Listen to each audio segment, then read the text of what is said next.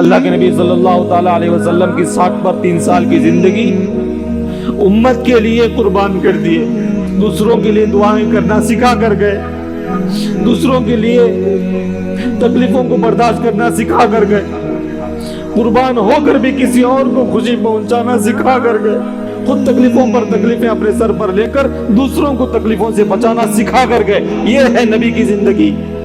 جس وقت آپ پھول برسا رہے تھے اس وقت مجھے طائف کا سفر یاد آ رہا تھا۔ نبی علیہ السلام پر جو پتھر برسے، وہ پتھر کا منظر میرے آنکھوں کے سامنے نظر آ رہا تھا۔ اندر سے ایک چیخ آ رہی تھی مجھے، ارے نالائق، تو پھولوں کا لائق نہیں ہے، تو پتھروں کا لائق ہے، تو پتھر برسانے کا لائق ہے۔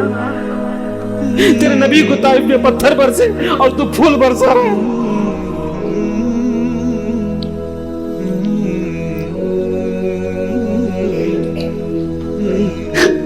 کون ہے جو نبی کو یاد کر کے رونے والا؟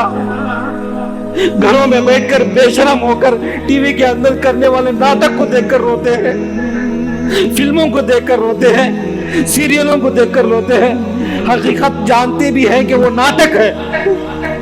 ٹی وی میں جو کچھ چلتا ہے ناٹک ہے، پیسے کے لیے وہ ناٹک کر رہے ہیں، جو رول پلے کر رہے ہیں یہ سب پیسے کے لیے ناٹک کر رہے ہیں، ناٹک سب کو پتا ہے، لیکن اس ناٹک کو دیکھ کر رو رہے ہیں ہمارے آنکھ، لیکن کبھی تاجدار مدینہ کی زندگی کو یاد کر کے کبھی ہمارے آنکھوں سے آنسو نہیں آئے۔ کیسے کہہ سکتے ہیں کہ ہم مسلمان ہیں، ایمان والے، دیندار ہیں؟ مجھے معاف کیجئے، ہم دیندار نہیں ہیں۔ ناٹک کرنے والوں کا درد ہمیں محسوس ہوتا ہے، لیکن نبی علیہ السلام کی زندگی کی قربانیاں ہمیں آج تک محسوس نہیں ہوئی، صحابہ کی زندگی کی قربانیاں آج تک ہمیں محسوس نہیں ہوئی۔ احساس مر چکا، غیرت مر چکی۔ ایک مرتبہ سفر عاجز کر رہا تھا، ٹرین کے اندر بازو میں ایک آدمی، ایک ساتھی مسلمان بھائی بیٹھا ہوا تھا اور موبائل میں کچھ بیانات نکال کر سن رہا تھا، جس کے اندر محبوب العلماء والصلحاء حضرت مولانا پیر ذوالفقار احمد صاحب نقشبندی مجددی حفظہ اللہ تعالیٰ کی نصیحت چل رہی تھی، بیان چل رہا تھا۔ وہ رو رہے تھے۔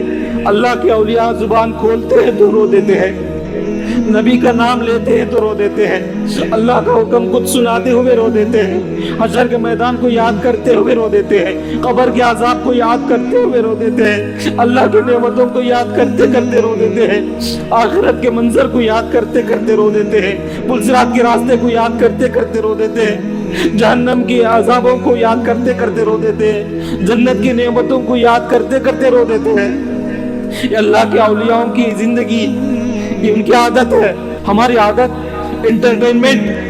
انٹرٹینمنٹ چاہیے سب کو آج۔ تو حضرت دامت برکاتہم العالیہ کی نصیحت وہ سن رہا تھا، رو رہے تھے اور یہ بھی غمگین ہو رہا تھا، چہرہ غمگین تھا، سرخ ہو گیا تھا، ایموشنل ہو رہا تھا۔ آگے سے کوئی ایک پروفیسر بیٹھا ہوا تھا، وہ کہنے لگا، ارے یہ تو ایموشنل فولس ہیں، یہ صرف لوگوں کو رلاتے رہتے ہیں، لوگوں کی ایموشنل کر رہے ہیں، کمزور کر رہے ہیں۔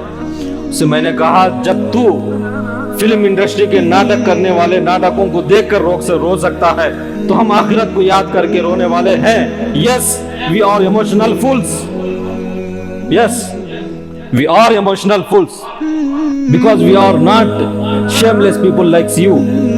ہم تیرے جیسے بے شرم نہیں ہیں، ہم حیا والے ہیں، ہم ارا والے ہیں، ارا ہے ہمارے اندر، لیکن وہ ارا اللہ کے لیے ہے، قرآن کے لیے ہے، نبی کے لیے ہے، رسول کے لیے ہے، حدیث کے لیے ہے۔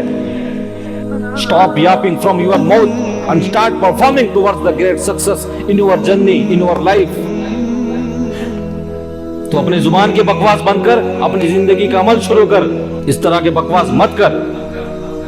جب تم لوگ ٹی وی اور اسکرین پر چلنے والے ناٹک کو دیکھ کر رو سکتے ہو، ایموشنل ہو سکتے ہو، اللہ کے اولیاء مخلصانہ انداز سے زندگی بسر کرنے والے اللہ کے نیک بندے، اللہ کے نبی کو، اللہ کے رسول کو، ان کی زندگی کو، صحابہ کی قربانیوں کو، قرآن و حدیث کے پیغام کو سمجھ کر اپنے تصورات میں ہر ہمیشہ اسکرین پر دیکھتے ہوئے زندگی بسر کرتے ہیں، اس لیے وہ رویا کرتے ہیں، وہ ایموشنل فولس ہیں۔